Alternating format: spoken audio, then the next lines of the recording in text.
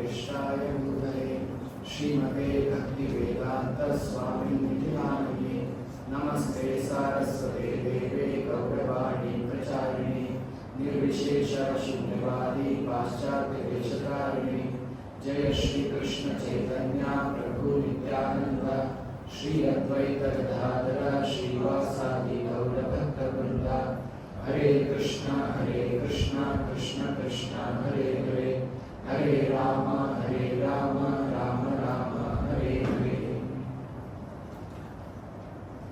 So far we have understood answers for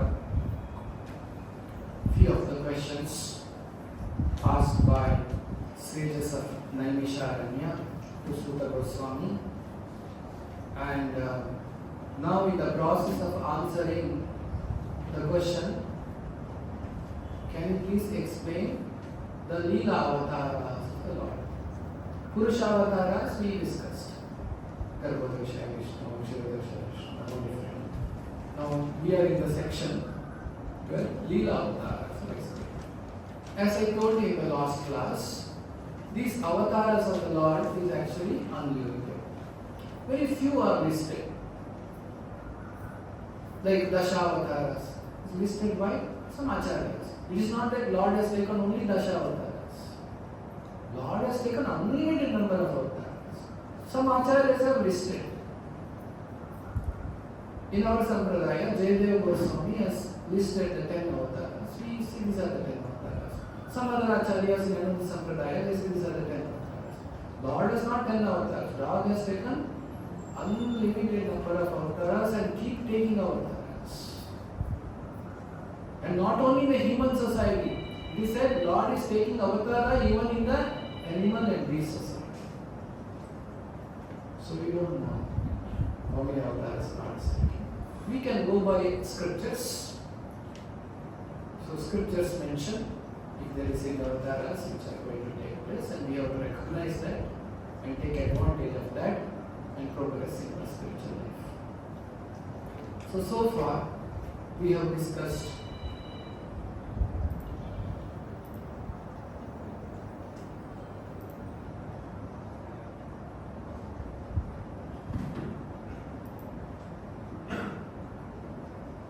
what is the last avatar we discussed? Navinarayan, right? So today we are going to discuss from the next verse number 10 onwards. So let us start. Om Namo Bhagavate Vasudevaya. Om Namo Bhagavate Vasudevaya. Om Namo Bhagavate Vasudevaya. Om Namo Bhagavate Vasudevaya.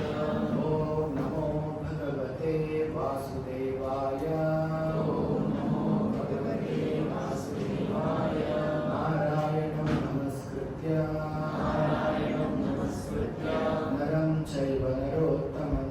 Naram Chaiva Narottamam. Devim Saraswatim Vyasam. Devim Saraswatim Vyasam. Tato Jayamudiraye. Tato Jayamudiraye. Nashtaprayeshu abhadreshu. Nashtaprayeshu abhadreshu. Nityam Bhagavata Sevaya. Nityam Bhagavata Sevaya. Bhagavati Uttama Shloke. Bhagavati Uttama Shloke. Bhaktir Bhavati Naishtaki. Bhaktir Bhavati Naishaki.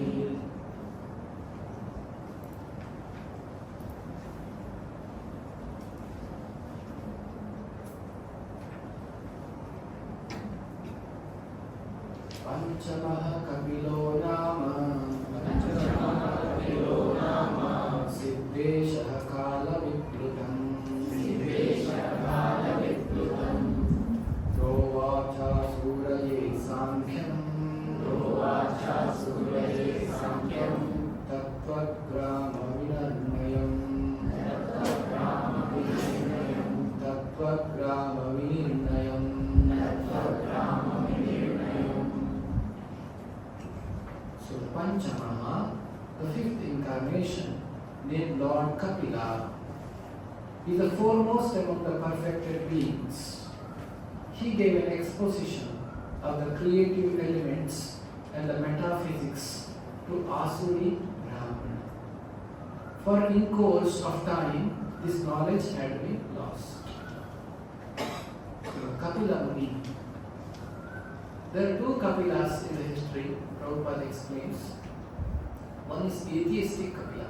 Many people think Kapila's philosophy is atheism. But there is one more Kapila, his incarnation of the Supreme Personality of God, Krishna. His philosophy and his proposition is not atheistic, it is Sankhya.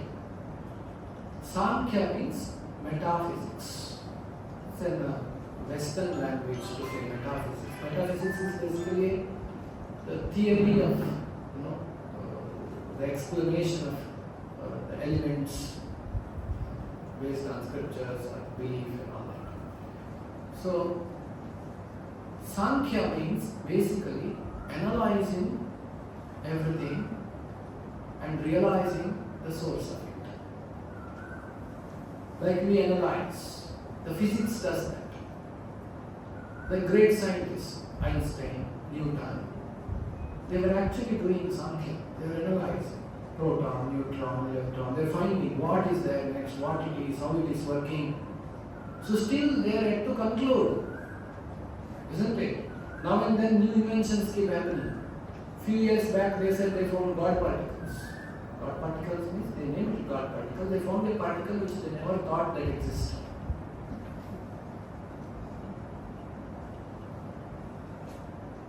One century ago, they did not know. They only know atom. Then they went and did little more detailed study. This atom has proton, neutron, electron. So like this they went on and inventing. They not inventing, discovering. So that is why those core scientists who really do this research, they all believe in God. There is a book called 100 Laureates who believe in God. Einstein made a statement that he believes in God. He read Bhagavad Gita. So these are people who analyze. Because when they analyze, they get bewildered. Then they want to know how is it all happening. When we know, only we come to know. When we go and see something, then we get bewildered, isn't it?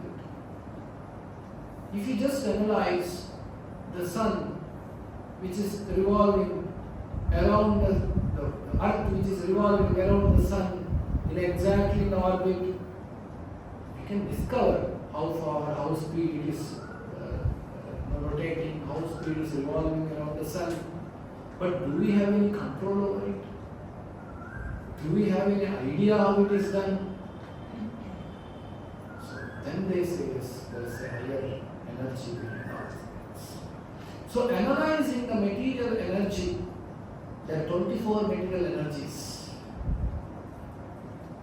Earth, water, fire, air, ether, Panchabhutas. Then 5 senses: eyes, tongue, nose, ears, skin. Then 5, how many over? 5 plus 5, 10. And 5 sense objects: touch, smell, taste, form. So like this there are 5 sense objects. How many over? 5 plus 5 plus 5, 15. Then 5 karmendriyas, working senses: mouth, hands, legs and genital. This is 5 working senses. How many over? 20. Then mind, intelligence, ego. How many over? 23. Then the last one is the soul. With all these 24 things, this material world is going on working. This world is combination of all these things. So like this analyzing and analyzing, we understand in reaching Krishna, this is called the process of achieving through Sankhya, the Lord. But we are in another process. We directly render devotional service and understand. This is another long process of Sankhya. Sankhya philosophy has been explained by Kapila Deva. But Kapila Deva also glorified the devotional service.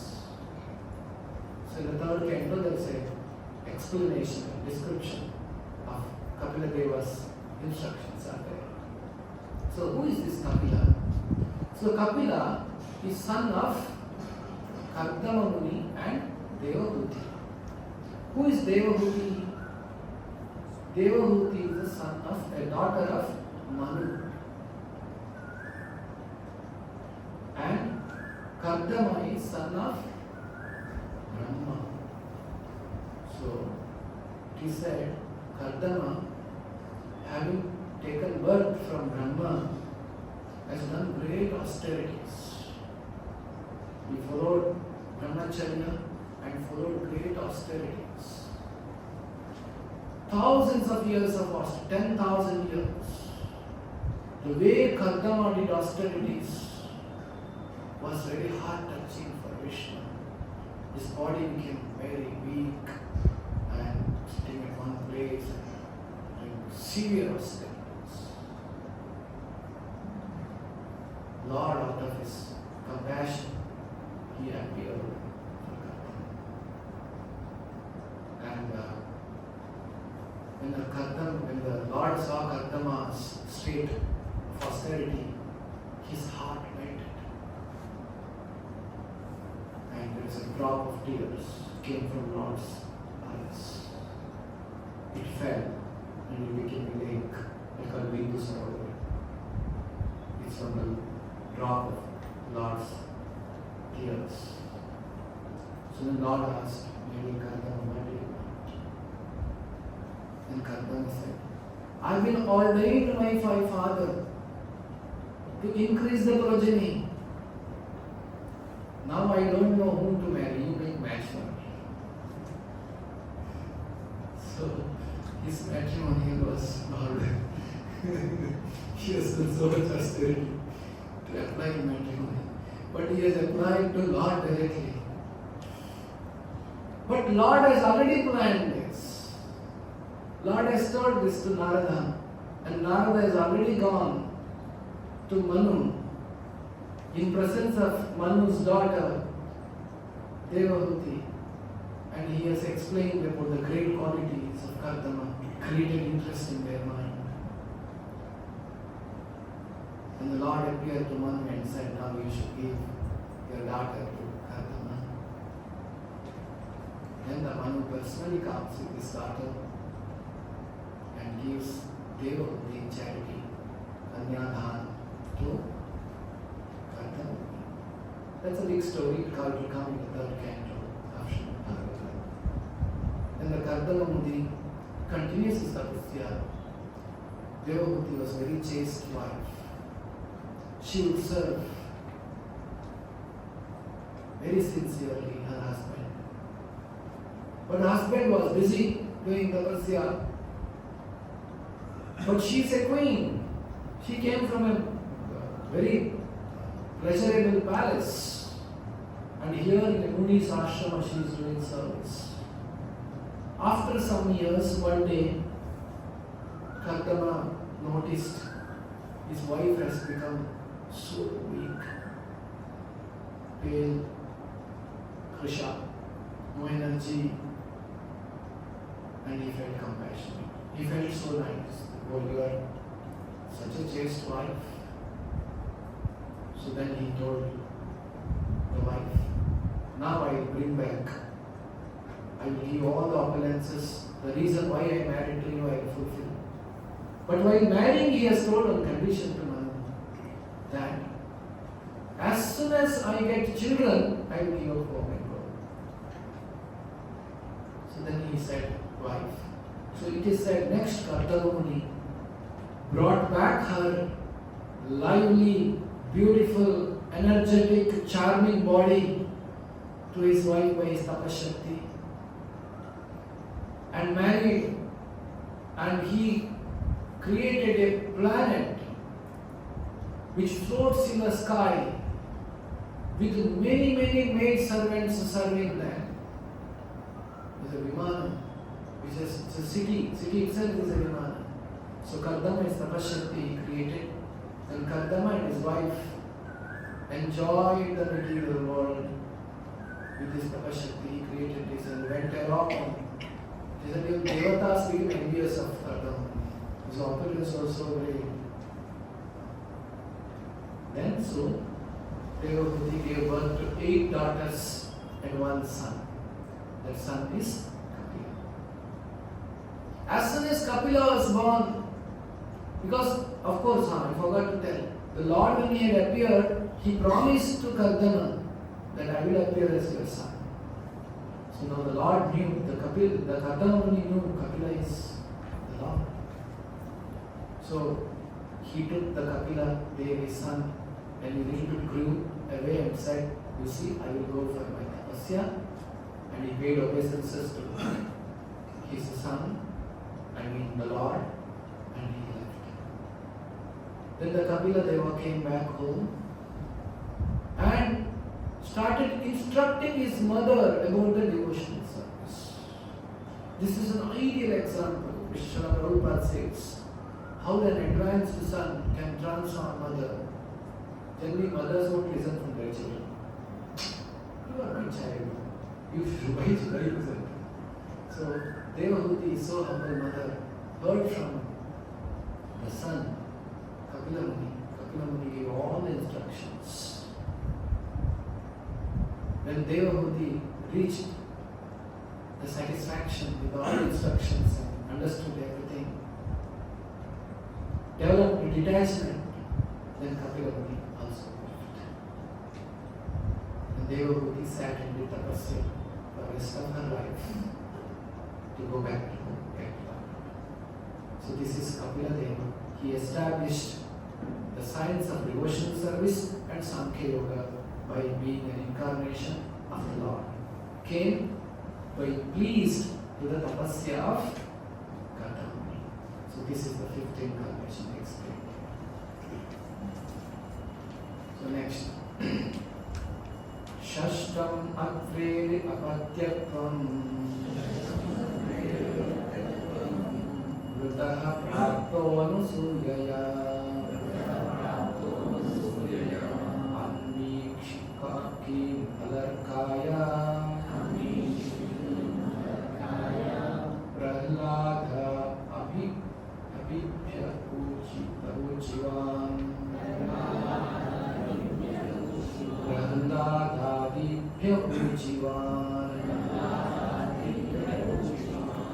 So what is 6th incarnation of Purusha was the son of sage Atri.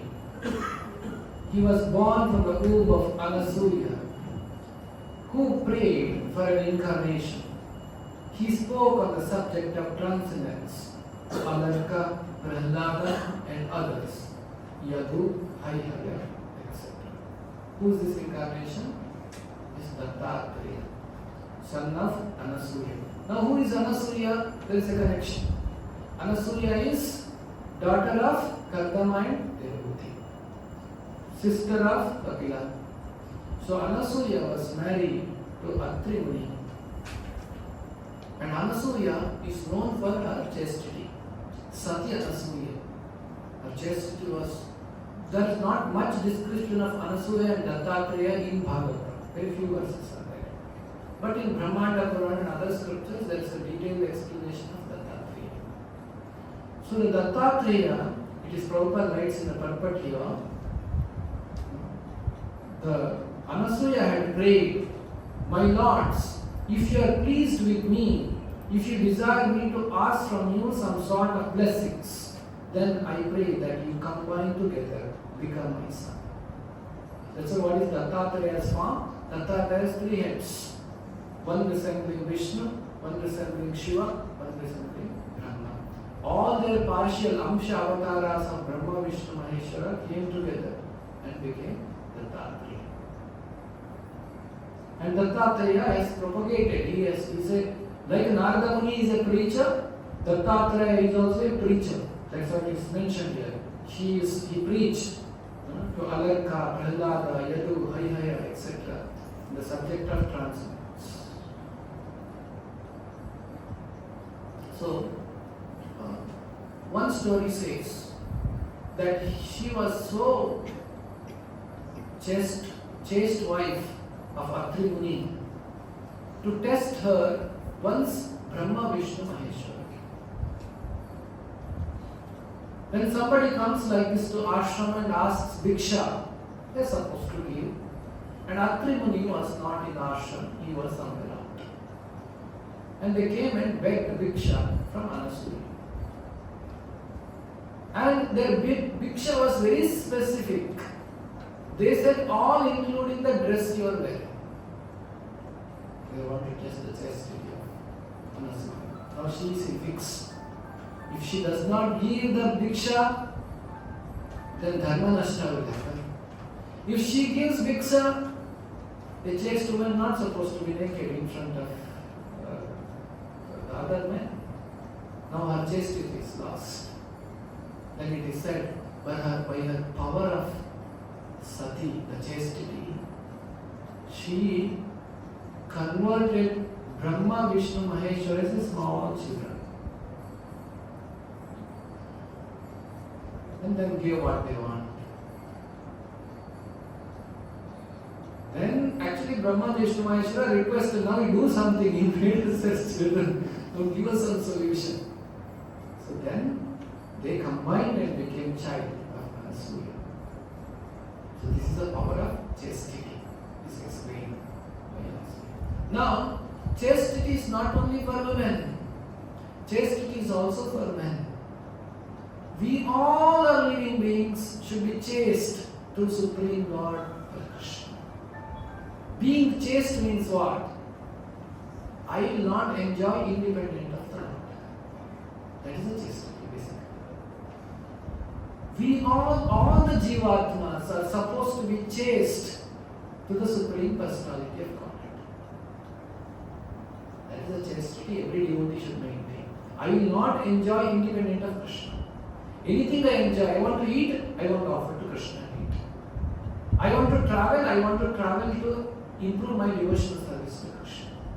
I want to do something which should have connection to Krishna. This is how devotee should lead his life. If you become unchaste to the Lord, independent of Lord we try to enjoy, that is considered to be unchaste to the Lord, that is not good. So, chastity of Anasuya, we can imbibe some qualities from there. That's what Dattatreya is born. But Dattatreya's pastimes are not very vividly described in the Bhagavatam, except it is said that he was a great proponent of the transcendental subject matter. So next please. Tataha saptama akutyam Tataha saptama akutyam Ruchir yajnopyayanja Jayajayata Sayamathe suraganaihi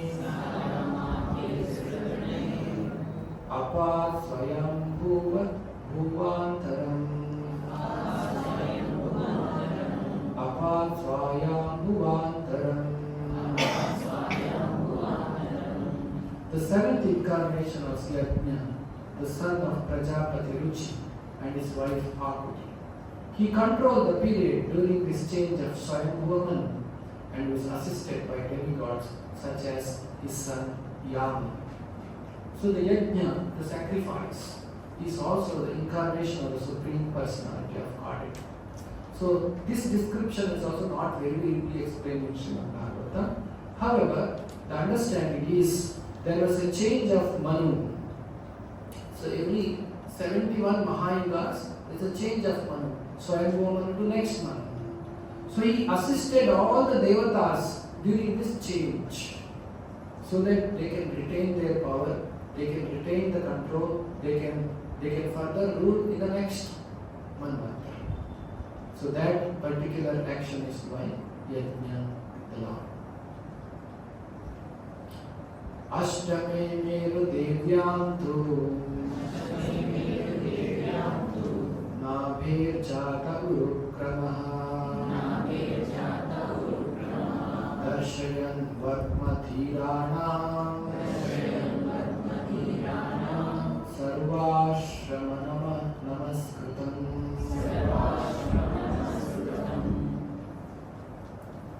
In the 8th incarnation was King Rishabha, son of King Nabhi and his wife Merudevi. In this incarnation, Lord showed the path of perfection, which is followed by those who have fully controlled their senses, who are honored by all orders of life. So Rishabhadeva is also one of first Tirthankara of Jains. So Rishabhadeva is the son of King Nabhi and Merudevi. He is a partial incarnation of the Supreme Personality of God. He ruled the king. Rishabhadeva ruled the kingdom just like Ramachandra ruled the kingdom in Gunakara. He is a perfect king. When he found his children are ready to take over the powers, Rishabhadeva immediately handed over the powers to his children. Rishabhadeva had 100 children. See, the 100 children, 8 of them became great yogis, 11 of them became great brahmanas, and 80 of them became kshatriyas. So it is explained how he divided. And this also shows in the Vedic culture, Brahmana Kshatriya is not based on birth.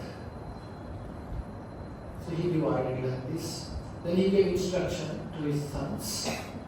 And he gave very important instruction to his sons. He said this human form of life is very precious. It should not be wasted like hogs and cats and dogs. It should be used for the purpose of progress in spiritual life. In the 5th canto, the 5th chapter, there is a very nice instructions of Rishabhadeva.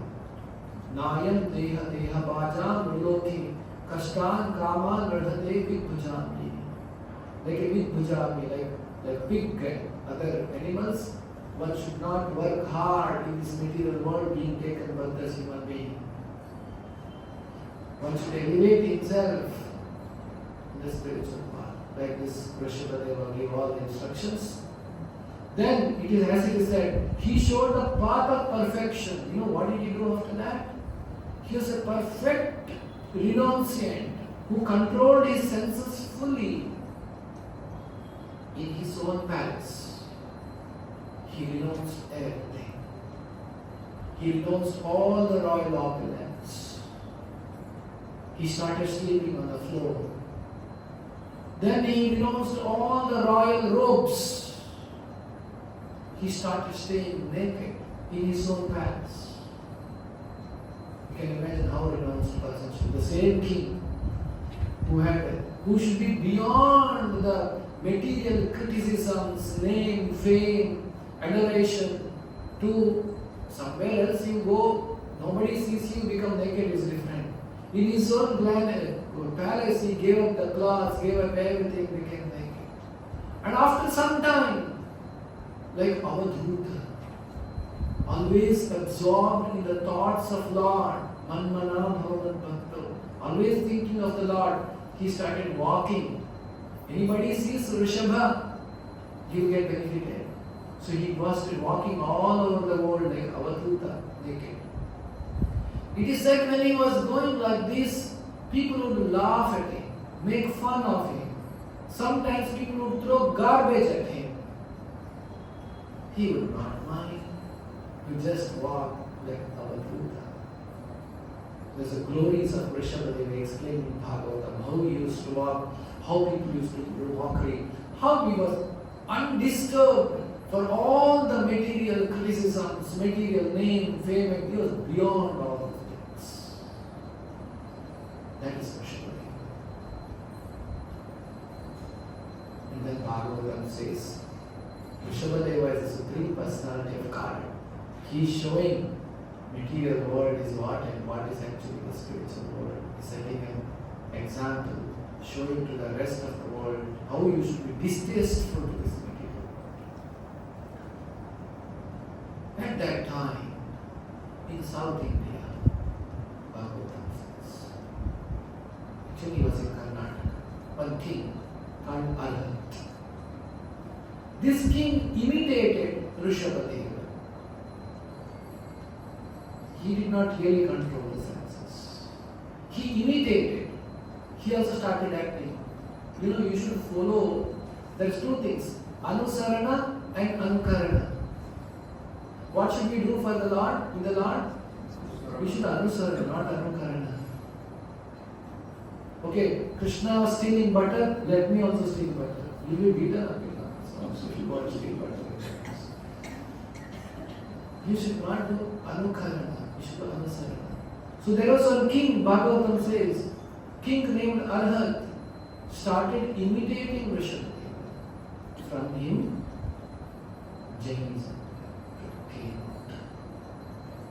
Bhagavatam in a way says, Jainism is a deviated path of Rishabhadeva. It says that in the imitation religion found by Arhat, they remove their hairs by pulling. All that is mentioned in Bhagavatam. So this is what Jains, they do that. So this is about Rishabha. So he set an example which is followed by those who have fully controlled their senses, who are honored by all orders of life. Brahmana, Kshatriya, Vaishya, Shudra, everybody should honor. Brahmachari, Grihastha, Vanaprastha, Sannyasi. Even Sannyasi should honor. He was in that position. Avadhuta, he said, the purport Prabhupada writes, there are 4 stages of sannyasa also. So, there are 4 stages to sannyasa. That is called Kutichaka, Bahudaka, Parivrajakaacharya, and Paramahamsa. What does this mean? In a general Vedic society, when a person first he becomes brahmachari, gets trained, then he gets into Grihastha ashrama, takes care of the family and he earns money, earns wealth, distributes this to the deserving people, to the sannyasis and to the brahmacharis and the welfare of the society, takes care of the family responsibilities.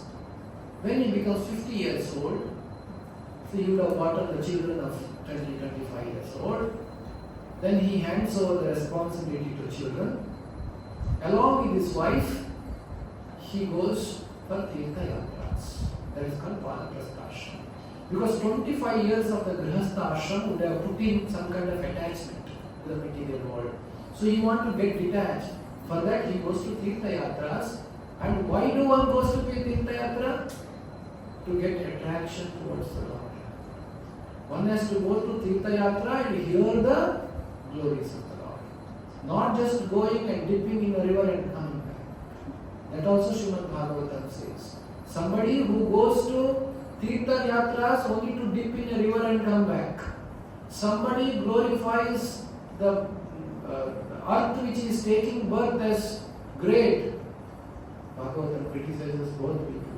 Bhagavatam says anybody thinks these are bodily concept of life, he is equal to Gunakara, is equal to donkey and cow. Bhagavatam uses very strong words. That is why it can cut the knot of material attachment, it is said. It uses the examples like this dog, cat, pig and donkey and all those things.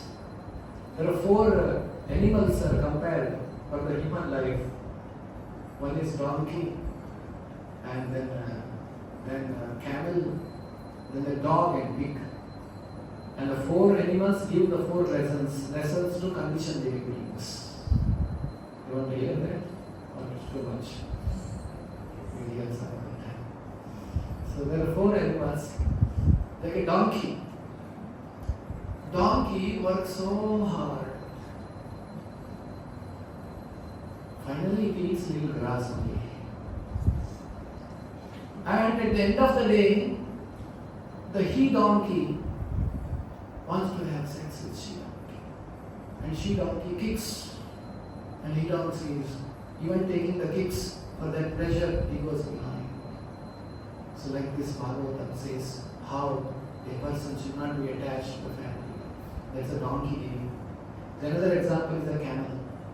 The camel goes and eats thorns. When the camel eats thorns, these thorns in the desert, that pricks to the tongue and mouth of the camel, the blood oozes out. Then camel is chewing the the thorns.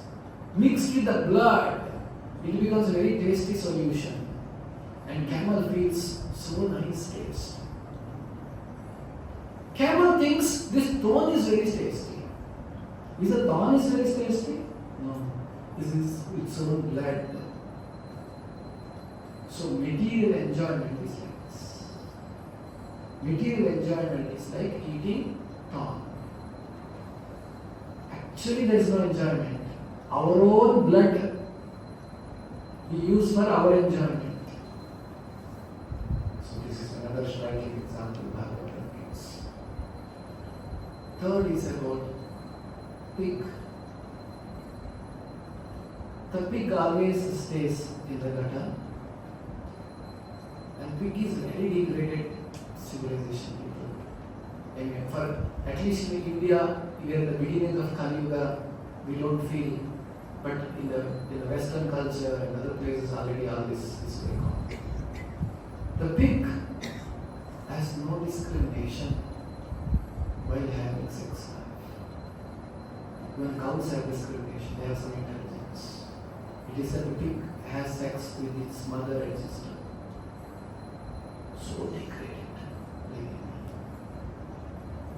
So human being can say, when Rishabhadeva is saying, you are a pig, means you remember, oh, this is what he means. So then, next is dog. Dog is an interesting animal. Everybody likes dogs.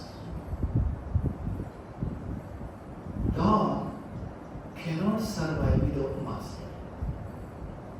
That's a quality of dog. If the dog is fortunate, dog will get very rich master. Sometimes dogs will go in BMW and also Audi and all those things. And you are walking and going in auto, dog will be, I can make it. So, very fortunate dog. There are some dogs who did not get good master, they are loitering in the street and people throwing stone at him and all those things. So dog's fortune is always depending on the master. Prabhupada says, modern universities are like this. When you get educated, you become a dog. Then go take the application. Sir can become your master. Sir can become master. So then somebody will appoint you and you become master. And it's serving. Modern universities are producing Shudras. Prabhupada is condemning this. But Vedic Gurukulas are not like that. Vedic Gurukulas are producing people who can stand with their own legs and they can do by their own work. So these are the striking examples of animals which are given in Bhagavatam. It may appear too extreme for you, but Bhagavatam is like that. It gives all these examples. However, when it comes to the implementation of the instructions of Bhagavatam, nobody should do by their own. They should take the guidance of the devotees for practicing the Bhagavatam. We should not be sentimentally start implementing some severe austerities. Okay, Rishabhadeva was doing like this. He was doing like this. Let me do this. Please do not do. Take the guidance from devotees while implementing practical things of Bhagavatam in your life. But Bhagavatam is giving this jnana, uncompromising. That is important for us to know what is the truth. But while implementing practically, you should be very careful. You should take practical guidance. So the sannyasi, so after he goes to the pilgrimage and gets development, he develops attachment for the Lord. When the person reaches 75 years old, he is supposed to take sannyasa. So this is the brahmachari, grihastha, vanaprastha, sannyasa. When one takes sannyasa, there is one more way of taking sannyasa also. That is called from brahmacharya. Somebody can decide not to get into grihastha ashram and directly take the sannyasa. They are called naishtika brahmacharis. Prabhupada's spiritual master, Bhakti Siddhanta Saraswati Thakur, was a naishtika brahmachari. Brahmacharya, then he took sannyasa. But Prabhupada went through brahmacharya, grihastha, then vanaprastha, then sannyasa. So, the sannyasis, there are 4 kinds of advancement for sannyasis. When one person takes sannyasa, first he will be called Kutichaka. Kutichaka means he makes a kuti, hut, nearby the village. There is a supply of some food, people will go give some dana, he stays in that kuti. He does not stay in a very comfortable life, simple life. In a kuti, he does his bhajana, and people of the village supply his necessities. That is a Kutichaka. When he advances, Kutichaka becomes Bahudaka. The Bahudaka means he gives up the kutir, he goes on begging. He does not stay in one place. He goes to this village, to that village, this village, this village. It's like that. So that is the next level of sannyasa. One is begging and going. Then Bahudaka becomes Parivrajagacharya. So Parivrajagacharya means one who is not just living by begging and practicing his bhajana, he takes austerities to spread the glories of the holy name, or spread the glories of the Lord. Sannyasi is supposed to preach. So he goes on preaching. All over the world he goes to Parivrajagacharya. Then Parivrajagacharya further advances as a Paramahamsa. Paramahamsa means he is situated in a consciousness that he does not see anything wrong in this world. He sees everything is a plan of the Lord. He takes only good things. Because in the Vedic ages, there was an Hamsa. The Vedic days, there was an Hamsa species that had a very special ability. If you mix milk and water, give to Hamsa, Hamsa had the ability to only to drink milk and leave the water. Paramahamsa means should be able to take only aspect of Krishna in this world, not touch mind. He is untouched by the illusory energy of the Lord. He is a Paramahamsa. So these are the 4 stages of sannyasa. So that is why you see when we say the Prema Dhvani, Jeo Vishnupada Paramahamsa Parivrajagacharya Stotra Shata Shri Srimad Esi Bhakti Vedanta Swami say. Prabhupada has 2 titles, Paramahamsa and Parivrajagacharya. This exalted sannyasa. So these are different levels of sannyasa. So Rishabhadeva. Then Rishipir Yoachito Bheje Navamam Partibam Babuhu Dubdevam Oshadhi Vipras Tenayam Sapushattamaha. O Brahmanas, in the 9th incarnation, the Lord prayed by sages, accepted the body of King Prithu, who cultivated the land to yield various produce. For that reason, the earth was beautiful and attractive. So there was a king called Vena. So by birth he was very demonic. His nature was very cruel. It is said that Rama would go out for playing with his friends. Sometimes when the children are his friends defeat him in the games, he would kill them. So that's the cruelty of the Vena. So he was a prince, next he became king. Imagine if such person becomes king. He was extremely cruel, killing all good people, killing sages, saints, not allowing any yajna yagas to happen, any sacrifices for Vishnu is not happening. In Bhagavad Gita there is some sloka. Annadi bhavanti bhutani parjanyat anna sambhavaha yajnat bhavanti parjanyo. Annadi bhavanti bhutani. All the living beings are subsisting by food grain. In the third chapter it is there, the 12th sloka. Yajnat bhavanti parjanyo. All the living beings are subsisting of food grain. We need food grain, vegetation on earth, then only we live. Even the species who eat non-veg, from where they get meat? Some animal which has eaten vegetation, is it not? So, annad bhavanti bhutani. Now that anna, how does it happen? Parjanyat anna sambhavaha. The anna, the vegetation happens on the earth because of parjanya. Parjanya means rain. The rain is the cause of the vegetation on the earth. Grains on the earth. Now, how does the rain come? How does it rain? Yajna bhavanti parjanyo.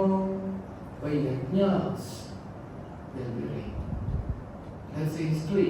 In 1971, there is 3 continuous years in Hyderabad.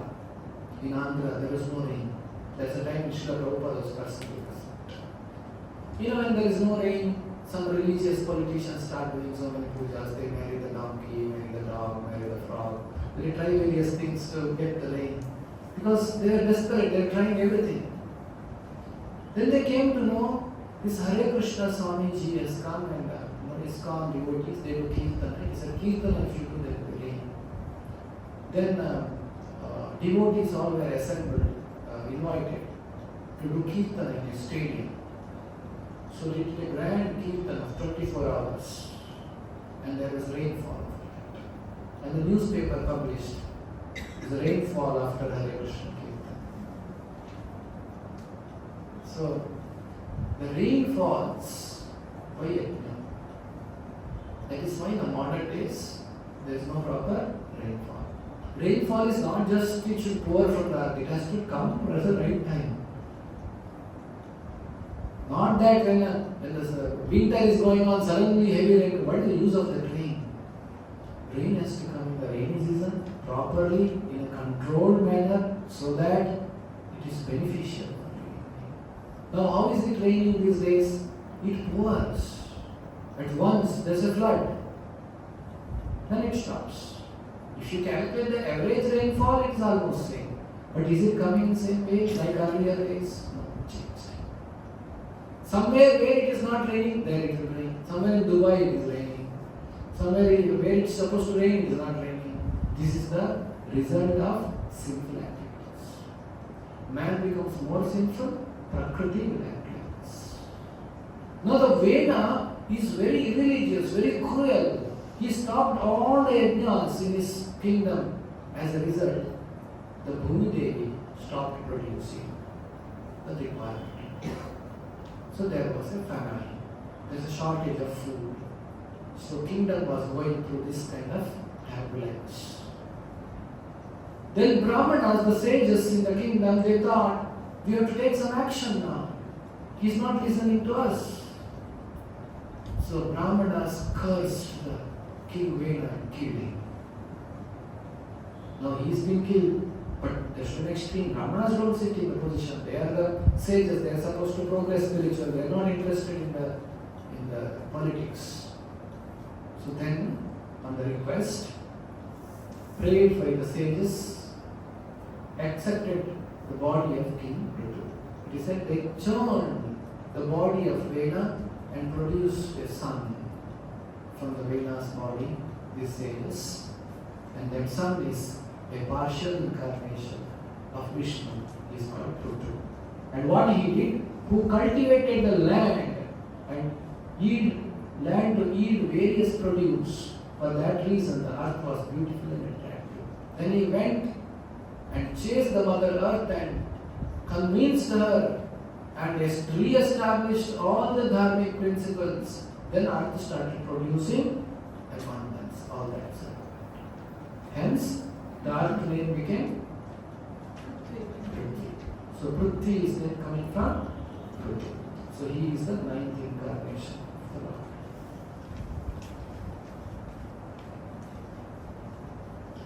Rupam sajagre matsyam chakshusho dadi samplure navi aropya mahimayam apag vaivasvatam manam.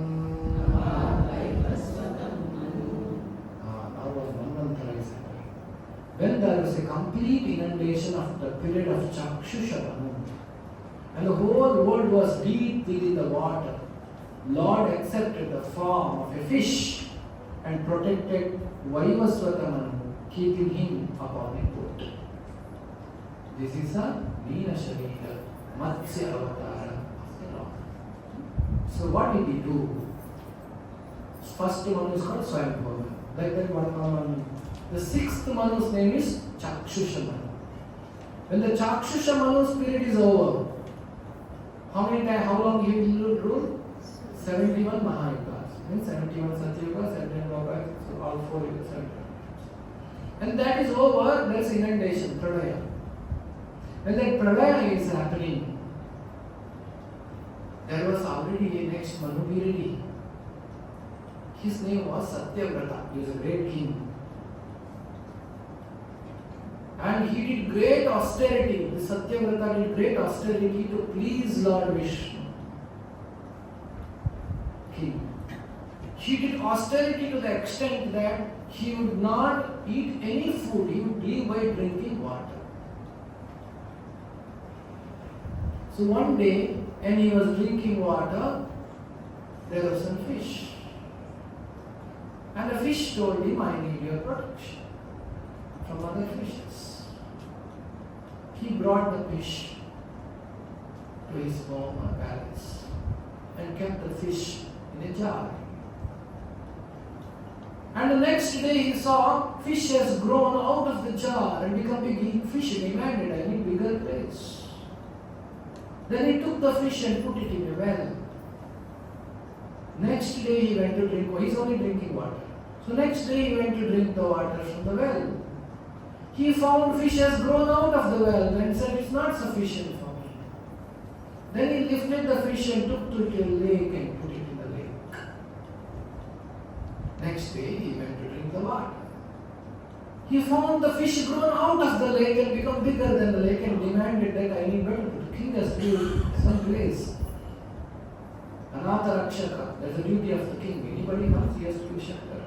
Now the fish has become problematic for him. Jar to well to lake, it is growing. Then he took the fish and put it in the ocean. And soon the fish grown bigger than the ocean. Now he understood. It's a good karma. So this Lord has done all these things. He offered his obeisances and prayers. My dear Lord, I cannot supply all that you ask. Then Lord informed him, you see, in another 1 week, there will be a Pradaya. You be ready with all the sages, collect all the herbs, all the required things, keep it ready. There will be one boat coming, put all those things in the boat and tie to my body. I will cross you to this inundation time and I will reach you to the next one. So as the instruction of the Lord, the Satyavrata prepared himself along with all other sages and brahmanas and herbs and all that is required. He boarded the boat during the inundation. Then there is a tusk for the fish. So there is a rope from the boat, it was tied to the Matsya. So Matsya safely took Satyavrata during the inundation, and after the inundation is over, he was placed back. So next life, Satyavrata was born as Vaivasudha. So then he ruled. He is ruling now also. That's the history of Vaivasudha. So that is keeping it said. Chakshushamanu, and the whole world was in deep within water. Lord accepted the form of fish and protected Vaivasudha, keeping him upon the boat. So last one we will discuss today.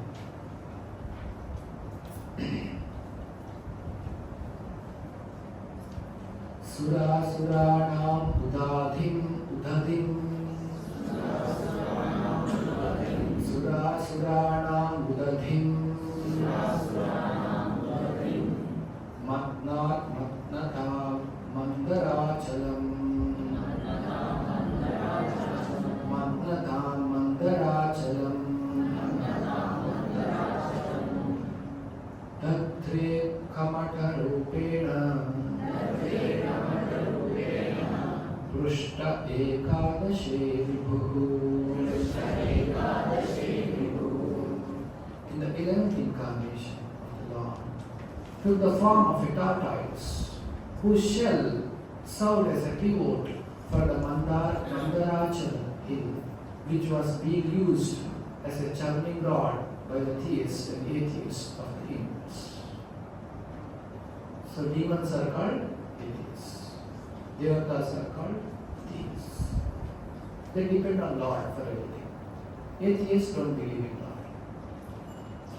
So this all of us know the Leela of the Lord, how the Devatas were defeated by the demons. And Lord wanted to teach lessons sometime for everybody. Neither the theist nor the atheist should become puffed up. That is why always there is a balance, check and balance. Even the devotees become very proud and arrogant. Lord has a way to cut the pride and arrogance of devotee.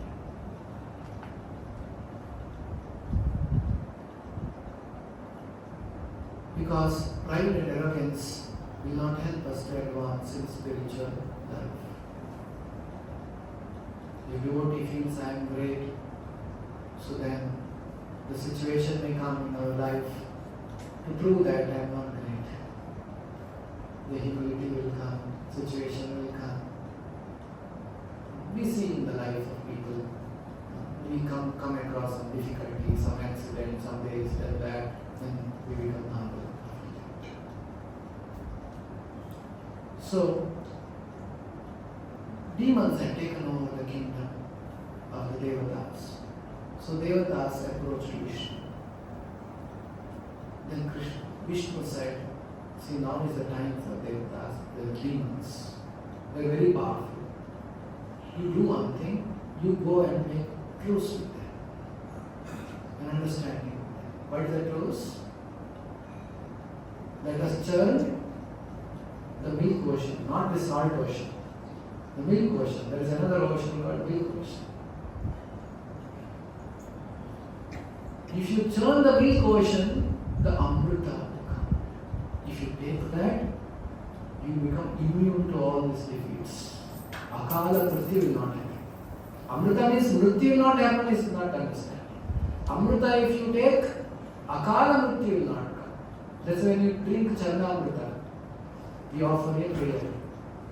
Akala Mrityu Haranam Sarvavyadi Vinashanam Vishnu Padodakam Pritva Shirasa Karayamyam. It's a mantra we should chant while chanting Charna. So, the water which is touched the lotus feet of the Lord is actually Amrita. Akala Mrityu Haranam. Nobody should die Akala. So, demons cannot kill Devatas at their whims. Because they drink Amrita, they become immune to Akala Mrityu. So you churn Amrita. So the Lord said, you should be very clever, quick. When Amrita comes, you should take. So demons, they went and offered this opportunity. Demons also had their meeting. They said, yes, good idea. But one thing, Namritagams we should take. So both of them with the intention, Namritagams we should take. They decided to churn. They agreed. Both they agreed and became friends. Demons and Devatas went to Vishnu. Now we are ready to churn the milk ocean. You please guide us. Lord said, you please churn the milk ocean. And they said, how will we churn? Where is the rod? What can churn the ocean? Lord said, take Mandara Hill. Mandara Hill is 80,000 yojanas. It's quite long, big hill, inconceivably big. They said, all right, we will take. So they left. So all the Devatas, demons both went together and lifted the Mandara Hill. As the lifting is very heavy. Little they are moving. And it said Mandara was so heavy, sometimes it would crash back. And many of the demons, their leg came down under the hill. Hands are broken, legs are broken. And they are not able to shift the Mandara Hill. Then again they went back to Vishnu. Can you please help to shift this hill to the milk ocean? The Lord came. Garuda, he kept the Mandara Hill on the back of Garuda, took to the milk ocean and kept it. Now you churn. Again they wanted to churn, it is not rotating. It requires a pivot. Again they went to Vishnu. Know what to do? Vishnu said, don't worry, I'll come as Kurma Avatara, tortoise, and stay beneath the Mandara Hill. So that it was easy for you to churn. It is said the tortoise, the Supreme Lord in the form of Kurma, you are so big and so great. When they were churning the ocean on the back of him, he was feeling like some itching. He was feeling very soothing of itching, being satisfied, and somebody is itching his back. So that is God's glory. And then that is how the Kurma Avadhara is taken by the Lord. He helped them to churn the milk ocean. Actually, if you see all these things, you see how Lord is engaging in different Leela, isn't it? This is called Leela Avadhara. This is what Sutta Goswami was asked a question. Please explain the Leelas of the Lord. These are Leelas. Why he should do like this only? He does. He does wonderfully. He does so attractively. So that his devotees can sit here and enjoy the Leelas of the Lord. It is so wonderful to hear what Lord does. And each Leela, when you hear, so much of your anarthas, karma, janmadi, so many janmantara karmas will burn into ashes when you hear the Leelas of the Lord. That is why you say, Nashta prayeshu abhadreshu nityam bhagavata sevaya bhagavati uttama shloke bhakti bhavati naistiki. Because we are living the glories. Like this Lord has done glorious activity as a Kurma Avatara, that is the 11th incarnation of the Lord. So next we will discuss the Dhanvantari incarnation and Mohini. Both is explained in this verse. We will discuss in the next class. Grantara Srimad Bhagavatam ki, Shri Krishna Balarama ki, Shri Prabhupada ki.